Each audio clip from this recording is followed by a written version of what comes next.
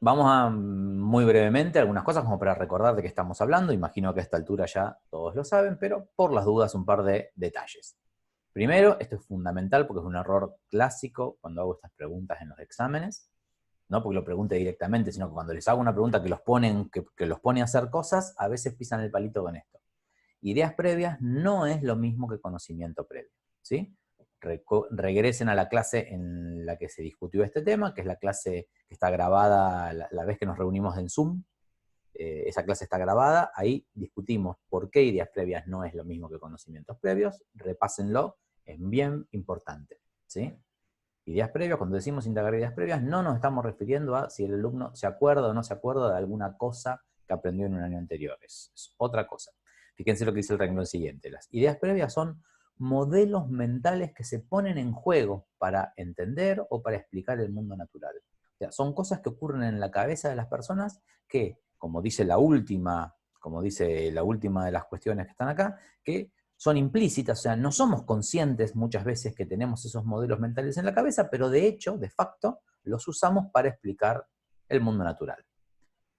El gran problema que tienen es que muchas veces esas ideas que estamos utilizando no coinciden con el conocimiento científico aceptado actualmente, ¿sí? Esto tiene que ver, lean de vuelta, relean el texto de Mainardi para entender a fondo la naturaleza de este problema, pero diciéndolo así como muy rápidamente, esto tiene que ver con que la ciencia moderna se suele decir que se construye en contra del sentido común. O sea, la verdad es que el sentido común resulta no ser un buen aliado a la hora de intentar aprender ciencias, ¿sí? Muchos de los modelos científicos deben romper algunas cosas que nosotros damos por hecha, lo que se llama que las tenemos naturalizadas, asumimos que eso es de esa manera y nos parece obvio que es de esa forma, y resulta que los modelos científicos nos dicen que no es de esa forma, es de otra.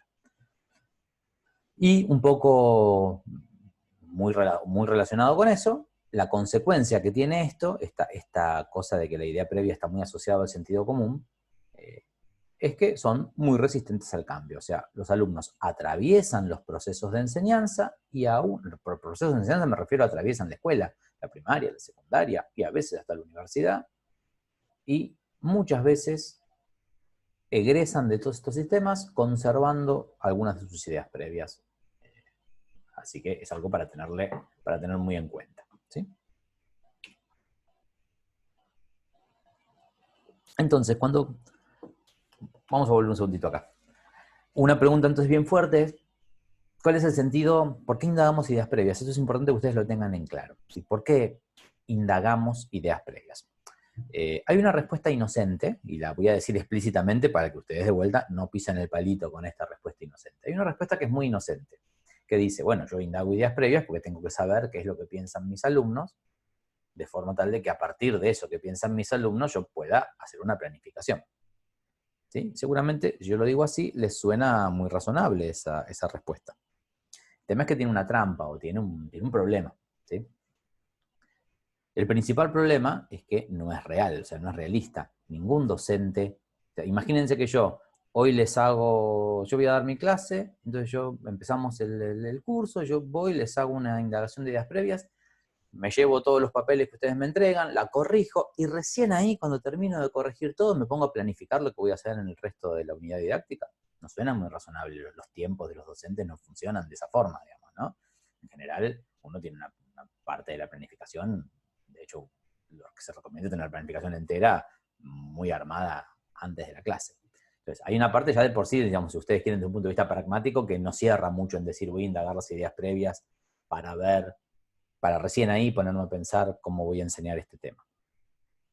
Por otro lado, eso se complementa con que por suerte no es necesario eso, porque las ideas previas, una característica que tienen es que, al menos voy a hablar de lo que son las sociedades occidentales urbanas, digo, no sé lo que pasará en China o en comunidades originarias, digo, quizás no hay muchos estudios realmente como para que lo pueda decir, pero en lo que es comunidades urbanas occidentales, esto está muy estudiado en Europa, en América, en Estados Unidos, en distintos lugares, se ve que las ideas previas son básicamente las mismas en todos lados. ¿sí? Ustedes agarran las preguntas y con pequeñitas diferencias, en términos generales, la gente básicamente tiene las mismas ideas previas.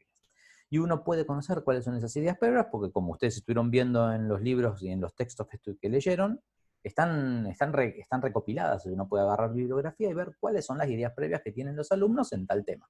¿No? Es lo que hicieron ustedes. Entonces, fíjense que en principio, si el objetivo de, digamos, hoy en día nadie discute ni por asomo, o sea, a nadie se le ocurriría poner en duda el hecho de que hace falta tener en cuenta las ideas previas para enseñar. Eso es obvio, es indispensable, ¿sí? Uno va a planificar sus actividades de enseñanza a partir de conocer las ideas previas de sus alumnos. Ahora, como yo puedo ir a la bibliografía y ver cuáles son las ideas más tradicionales, más típicas que los alumnos suelen tener, y la verdad que si tomo esas como base no le voy a estar errando por demasiado, ¿sí? Los alumnos tienen efectivamente normalmente esas ideas, porque está súper estudiado que tienen esas ideas. Quiero decir, en general no me voy a sorprender, no es que un alumno me va a salir con una idea muy distinta de las que están en la literatura. Las que están en la literatura básicamente cubren la gran mayoría de los casos. Entonces yo podría directamente decir, podría no, de hecho es lo que hago, voy a la bibliografía, me informo sobre cuáles son las ideas previas y planifico, ya asumiendo que mis alumnos tienen esas ideas previas. Si hago eso, voy a estar haciendo las cosas bien, ¿sí? O sea, planifico habiéndome informado de cuáles son las ideas previas que hay en ese tema. Y entonces ya cuando hago mis actividades de enseñanza, ya tengo en la cabeza que ahí hay un problema y que tengo que hacer cosas para atacar ese punto en particular. Que de poco me sirve enseñar otras cosas si no logré resolver todavía, o al menos parcialmente resolver ese problema de las ideas previas. Bien, ahora, a partir de todo esto, ustedes también entonces ahora podrían pensar, y de hecho esto es otra clásica pregunta de parcial o de final, ok, si yo puedo ir a la bibliografía y enterarme de cuáles son las ideas previas de mis alumnos, y tengo que llegar al curso con mi unidad didáctica ya básicamente planificada. Uno después puede dar algunos retoques, obviamente, pero a grosso modo se espera que el docente tenga su clase planificada. Entonces, ¿para qué voy a hacer una actividad de indagación de ideas previas si yo ya sé cuáles son las ideas previas que tienen mis alumnos? Es una pregunta bien importante y que yo les recomiendo en serio que ustedes en este momento pongan pausa en el video y se tomen 5 minutos para pensar una respuesta, ¿sí? Porque si yo puedo conocer las ideas previas de mis alumnos simplemente leyendo la bibliografía, o es más, si tengo experiencia docente, ya tengo varios años encima dando clases, ya las ideas previas de mis alumnos ya me di cuenta cuáles son, las he visto 20 veces, ¿sí? Entonces, si yo puedo saber cuáles son por mi experiencia y porque voy a leer, entonces, ¿cuál es el sentido de hacer una actividad de indagación de ideas previas? Si yo ya sé cuál es la respuesta que me van a dar mis alumnos, ¿sí? Vieron que siempre los docentes estamos corriendo con el tiempo y decimos no me alcanza el tiempo para terminar de dar lo que tengo que enseñar. ¿Por qué voy a desperdiciar clases en tomar actividades de indagación de ideas previas que no me van a dar particularmente buena o nueva información si yo ya sé la respuesta? Entonces pongan 2 minutitos de pausa y hagan el ejercicio interno de intentar dar una respuesta. ¿Por qué pierdo el tiempo, entre comillas, tomando una actividad de indagación de ideas previas si yo ya sé lo que voy a obtener como respuesta? ¿Sí? Bien. Entonces yo asumo que ustedes se tomaron ese tiempito y ahora avanzo. La respuesta, como pueden empezar a imaginar, viene por este lado de acá. Acá es donde está la cosa. A ver si se las puedo...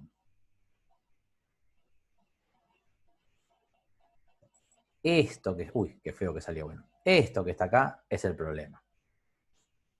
Nosotros en general, y no, disculpen lo espantoso que salió esto, bueno, nosotros en general, nuestros alumnos en particular, no somos conscientes de que tenemos esos modelos mentales dando vuelta. No somos conscientes de que tenemos esas ideas previas, porque son implícitas, las usamos sin darnos cuenta que las tenemos. Entonces, el principal objetivo de indagar ideas previas tiene que ver con que nuestros alumnos, al tener que resolver un ejercicio, un problema, una situación diseñada a propósito para que tenga que poner en juego sus ideas previas y las tenga que volcar en un problema concreto, las tenga que sacar, tenga que escarbar un poquitito en su cabeza y ya no las tenga inconscientes. Ahora esa idea previa, de pronto se suele decir, la hace emerger, o sea, la trae a la conciencia, porque ahora la tiene que usar ya no implícitamente, porque van a ver, ahora vamos a ver en el paso siguiente cómo es que se indagan ideas previas, pero si las ideas previas están bien indagadas, ahora ese alumno la tuvo que usar conscientemente, ya no es una cosa implícita que usa sin darse cuenta. Ahora, para resolver esa actividad que ustedes le plantearon, la tiene que haber usado explícitamente. Y entonces, el objetivo de esa indagación de ideas previas no es el docente. El docente ya sabe lo que va a encontrar. El objetivo de la indagación de ideas previas es que el alumno sea consciente de lo que piensa sobre ese tema. Por eso es tan importante la indagación de ideas previas. ¿Sí? Por eso es tan importante.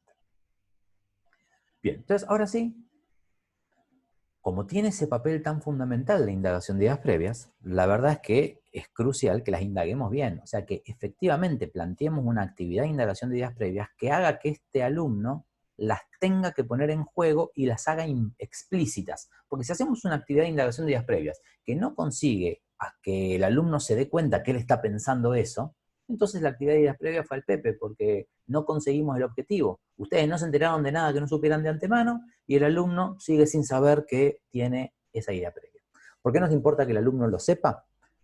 Porque es fundamental que cuando en la unidad didáctica que sigue ustedes le ofrezcan nuevos conocimientos, nuevos contenidos, o sea, ustedes le ofrezcan el conocimiento científico que se contrapone a esa idea previa, el alumno se dé cuenta que eso que le están enseñando a ustedes no es lo mismo que lo que él pensaba. ¿Sí? Ese paso es fundamental. ¿Sí? Que el alumno se dé cuenta que él pensaba algo que es distinto de lo que ustedes le están diciendo.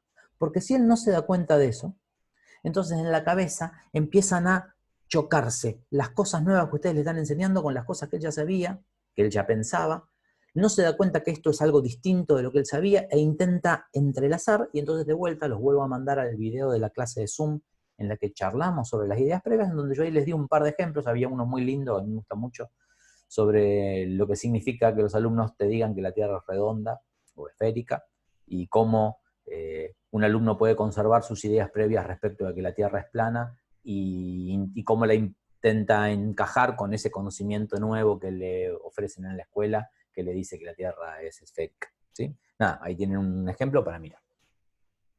Entonces, ahora tenemos una buena idea de qué es lo que queremos hacer, y entonces es importante que esas ideas previas las indaguemos bien, que hagamos cosas que sean potentes para indagar ideas previas.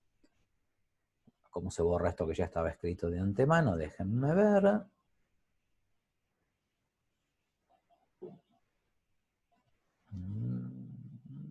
Vamos a...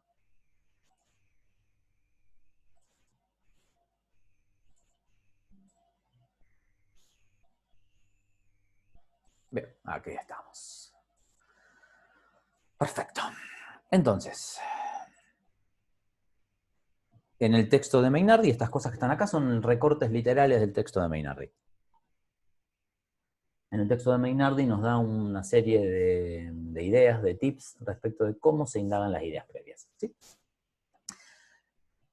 Yo voy a empezar diciendo cómo no se indagan, y ustedes van a ver, y ahora nos ponemos a leer las cosas. Lo primero que tenemos que saber es que las ideas previas no se indagan preguntando directamente. ¿Sí? O una cosa antes todavía. Uno no indaga ideas previas genéricas. No es que yo voy a decir, bueno, a ver qué piensan mis alumnos de manera general. No. Yo ya sé cuáles son las ideas previas, porque las leí en la bibliografía o las conozco por mi experiencia docente. Yo sé cuáles son, y lo que voy a hacer es ejercicios, preguntas, problemas que hagan que mi alumno tenga que poner en juego esa idea previa que yo ya sé que él maneja. ¿Sí? Por ejemplo, a ver, los que estuvieron leyendo ideas previas sobre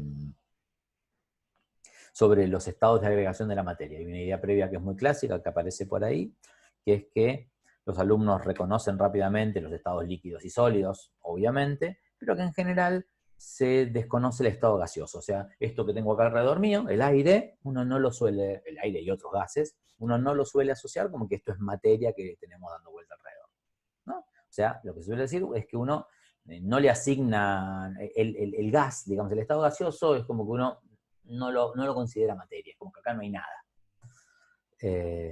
Bueno, entonces, yo sé que existe esa idea previa y quiero que mis alumnos se hagan explícitos a ellos mismos, o sea, se puedan explicitar para sí mismos que ellos tenían esa idea de que acá no había absolutamente nada. Entonces yo voy a diseñar una actividad a propósito para indagar esa idea previa. O sea, las actividades de indagación de ideas previas no son genéricas. Las actividades de indagación de ideas previas están dirigidas, están apuntadas a indagar alguna idea o algún conjunto de ideas específicos que yo conozco de antemano. ¿Sí? O sea que fíjense que el docente ya sabe las ideas previas de antemano, porque las usó para diseñar la actividad de ideas previas. Bien. Entonces, ahora que sabemos eso, yo la diseñé a propósito para descubrir una idea previa o un conjunto de ideas previas en particular. Entonces, la clave es, como recordamos, recuerden lo que decía acá hace un ratito, que las ideas previas son modelos mentales que se ponen en juego para explicar el mundo natural. Entonces, lo que nosotros necesitamos es que nosotros necesitamos plantear a nuestros alumnos situaciones que hagan que ellos tengan que explicar, que ellos tengan que decir cómo es que les parece que funciona algo, por qué eso funciona de esa manera. Y no que lo hagan por escrito como un párrafo normalmente. En general se busca algunas situaciones alternativas. Por ejemplo, un clásico es es pedirles que hagan algún tipo de dibujo en donde tengan que mostrar, por ejemplo, el interior de algo que muestre cuál es el mecanismo interno que hace que eso funcione. ¿Sí? Si yo quiero saber qué es lo que piensan respecto de qué es lo que está pasando, por ejemplo, si decimos que estos alumnos, por ejemplo, piensan que, digamos, no tienen en cuenta el aire como un gas, o sea, los gases no los tienen en cuenta como materia, entonces yo podría pedirles, por ejemplo, que hagan un dibujo en el que me representen qué es lo que está sucediendo, por ejemplo, no sé, les hago ver un pequeño video primero, por ejemplo, en el que esto podría ser este caso de acá, ¿no? Podría ser, les hago ver un pequeño video, por ejemplo, en el que se muestre que, o lo llevo al laboratorio y lo hacemos en el laboratorio, que pongo un poco de agua a calentar en un jarrito y al rato ese agua se empezó a evaporar, se empezó a evaporar, se empezó a evaporar, y lo que veo es que el agua cada vez hay menos. ¿Sí? Y entonces, si ellos no están contando qué es lo que hay en el gas, si yo sé que ellos lo que piensan es que en el gas no hay nada, lo que les voy a pedir es, bueno, okay, háganme un dibujo que me muestre qué es lo que está pasando. ¿Sí? Háganme un dibujo que me muestre, por ejemplo, las partículas de agua que están en el líquido y qué pasa cuando ese líquido se calienta. Entonces ahí los obligo a dibujar algo que tenga que ver con el mecanismo de lo que está ocurriendo. Otra, que es una variación de esa, si no quiero hacerlos hacer dibujos, es generar preguntas en donde lo que ellos tienen que hacer es generarme explicaciones. Fíjense que acá la clave está en estos puntos, ¿sí? La clave acá está en estas cosas específicamente. Nosotros necesitamos que ellos nos hablen de sus explicaciones. Necesitamos que expliquen, ¿sí? Que expliquen por qué llueve, ¿cómo es que hacemos para doblar un brazo? No sé, ¿qué le pasa al agua? Que me expliquen qué es lo que le pasa al agua que estaba en ese frasco y que ahora ya no está más después de que la calenté. ¿Sí? O sea, esta idea que acá en el dibujo lo decíamos en términos de que nos dibujen su mecanismo interno, bueno, acá en términos, otra forma de hacerlo también es hacer preguntas, pero que los pongan a explicar. Tienen que explicar el hecho puntual. ¿Sí? Tienen que intentar decir cómo es que entienden que eso está ocurriendo. Las otras cosas son básicamente variaciones de estas técnicas, ¿no? Por ejemplo, se pueden solicitar, yo les traigo ya preparados de antemano, porque los saqué de internet, de un manual, lo armé a propósito, eso da lo mismo. Les puedo traer, no sé, explicaciones, les puedo traer, no sé, un esquema, una fotografía, un artículo periodístico, lo que sea, y pedirles a ellos que me expliquen qué es lo que está ocurriendo, es una opción, ¿sí? Esto es fundamental, está medio como implícito acá arriba, pero esto de preguntas que demanden reflexión. O sea, acá lo importante es que como las ideas previas son implícitas y nosotros lo que queremos es que los alumnos las usen conscientemente, necesitamos generar actividades y preguntas y cosas que los hagan reflexionar en el sentido, ¿por qué esto? ¿Por qué hago tanto hincapié en esto? Porque lo que no nos sirve si el alumno contesta en piloto automático. O sea, si contesta en piloto automático, no está pensando en sus mecanismos, o sea, no está pensando en lo que realmente piensa, ¿sí? En qué es lo que realmente piensa, o sea, lo que se suele decir, no está haciendo un proceso metacognitivo, o sea, un proceso en el que se hace consciente de qué es lo que él piensa. Y recuerden que ese era todo el objetivo de la actividad. A nosotros lo que nos interesa es que él se entere de qué es lo que piensa. Porque ustedes, profes, ya saben lo que él piensa. Y lo que nos interesa es que él lo sepa. ¿Sí? Entonces, si hacemos actividades que pueda responder sin pensar demasiado, no nos aportan nada. Sin reflexionar demasiado. No quiere decir, pensar demasiado no quiere decir que las actividades tienen que ser difíciles. No. De hecho, pueden ser súper simples. Pero lo tienen que llevar a reflexionar, bueno, ¿cómo contesto esto? ¿Qué es lo que me están preguntando? ¿Sí? Después, bueno, estos son algunos casos clásicos, ¿no? Pedir razonamientos a partir de la negación. Bueno, ¿qué pasaría si tal cosa? ¿Qué pasaría? O sea, si fuera ciego. Si fuera ciego, decir si no tenés, o sea, es un ejemplo de negación porque no tenés visión, si no existiera el sol, o sea, depende del problema que uno quiere mirar, ¿no? Que yo, por ejemplo, si yo sé que, volviendo, para que vean cómo exploto el mismo ejemplo, si estoy pensando que mis alumnos tienen un problema para construir la idea de que el aire es algo, tiene materia, es algo concreto, entonces, por ejemplo, podría llevarlos a una situación en donde tenga que preguntarles cómo puede ser, qué es lo que hay adentro de la rueda de un auto, por ejemplo, de la rueda de una bicicleta, ¿sí? ¿Qué es lo que hay adentro? O sea, normalmente son cosas que ellos saben, pero que sus modelos mentales es como que lo descartan cuando tienen que explicar una cosa. Ellos normalmente piensan en términos de que el aire, o sea, no tienen en cuenta el aire como sustancia. No es que nunca hayan visto una rueda y no sepan que un inflador de bicicleta tira aire, pero hay que hacérselos notar, ¿sí? Bien, sigamos.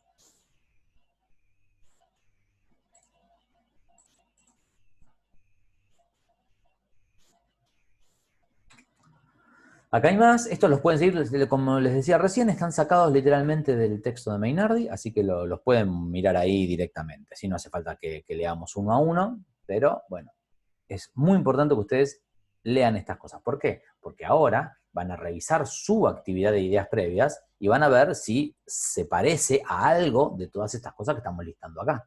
Y si no se parece mucho a estas cosas que estamos listando acá, van a intentar ver, bueno, ¿cómo la modifico un poquitito para hacer que se parezca a alguna de estas cosas? ¿Sí? Porque estas son las formas potentes de indagar ideas previas.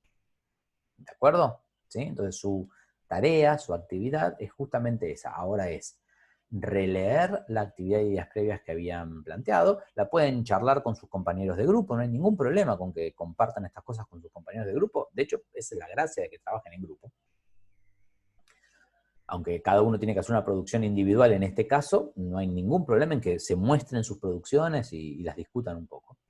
Pero lo importante ahora es que tomen esa producción que ustedes hicieron y la comparen con estas cosas que están acá. Y se fijen si están más o menos cerca de algo de esto o no. Pero sean críticos con ustedes mismos. No se queden, o sea, no se queden en, hay dos cosas que ustedes muchas veces hacen, digo ustedes en general, los alumnos hacemos, yo también he sido alumno, y a veces cometemos estos errores. O a veces lo que nos pasa es que no somos críticos con lo que estamos haciendo. O sea, decimos, sí, esto que estoy haciendo yo se parece bastante a tal cosa. Bueno, no, sean críticos, fíjense si en serio se parece a esa cosa o si es muy cosmético que se parece. No, fíjense si en serio lo que hicieron se parece a esa cosa. Y la otra es, bueno, y se lo presento al profe y espero que el profe me diga si está bien o está mal. No sirve eso. ¿No? Estamos haciendo un proceso de aprendizaje donde la gracia está en que ustedes pongan a prueba las cosas que están aprendiendo.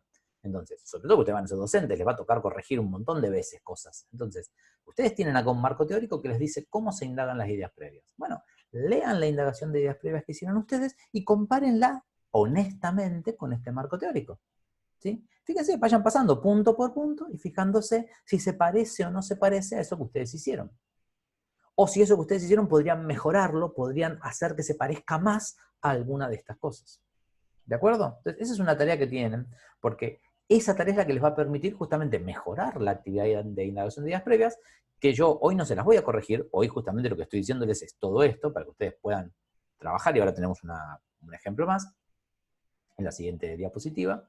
Pero ustedes cuando entreguen esto, después fíjense en el cronograma de clases, está puesto ya, hay un calendario de cuándo hay que entregar cada actividad. Ahí yo ya voy a corregir, asumiendo que ustedes hicieron este análisis serio, ¿sí? Entonces, yo ya voy a corregir asumiendo que lo que ustedes me entregan es su versión, ya una versión prolija, final, bien pensada de estas cuestiones que tienen en cuenta estos ejes, ¿de acuerdo? Bien. Fíjense, estos son los ejemplos que había en el documento que tiene justamente ejemplos de actividades de indagación de días previos. ¿Sí? Ustedes pueden hacer el ejercicio de intentar ver esto que está acá, a cuál de los casos anteriores se parece. ¿Sí? Vamos a hacer, por ejemplo, ese ejercicio, ¿no? Fíjense cómo está armado este. Este tiene un pequeñito relato, ¿sí? Con una situación en donde hay dos amigas que se meten a la pileta, o una se mete a la pileta, la otra moja, mete el pie apenas y le parece que está fría el agua, mientras que la amiga que se había metido a la pileta le dice que está calentita y está linda. Y entonces, fíjense el tipo de preguntas que les hacen, ¿no? Le dicen, bueno, ¿y cuál de las dos chicas tiene razón? ¿La que dice que el agua está calentita, o la que está linda, o la que dice que el agua está fría? ¿Sí? ¿Por qué una tiene una opinión y la otra tiene otra? ¿Qué se debe que tengan esas diferencias de opinión? O sea, ¿el agua estará fría o está caliente? ¿Mm? ¿De acuerdo? Fíjense, más allá de que no todos ustedes estuvieron leyendo cosas sobre calor y temperatura, pero fíjense que uno acá ya puede intuir más o menos dónde parece estar el problema, ¿no? Respecto de lo relativo que tiene la sensación de frío o la sensación de calor. En particular, esto está sacado de una unidad didáctica, de una parte de una unidad didáctica en donde se iba a empezar a enseñar el uso del termómetro. A eso viene un poco esta última pregunta, ¿no? De cómo sabemos concretamente si está frío o si está caliente. Bueno, entonces, fíjense, entonces uno podría volver a los anteriores casos y esto se parece a estos en donde yo les presento una situación y les pido que me la expliquen de alguna manera. ¿Sí? Fíjense en el siguiente. Bien, de vuelta, les presentan otro relato muy chiquitito, les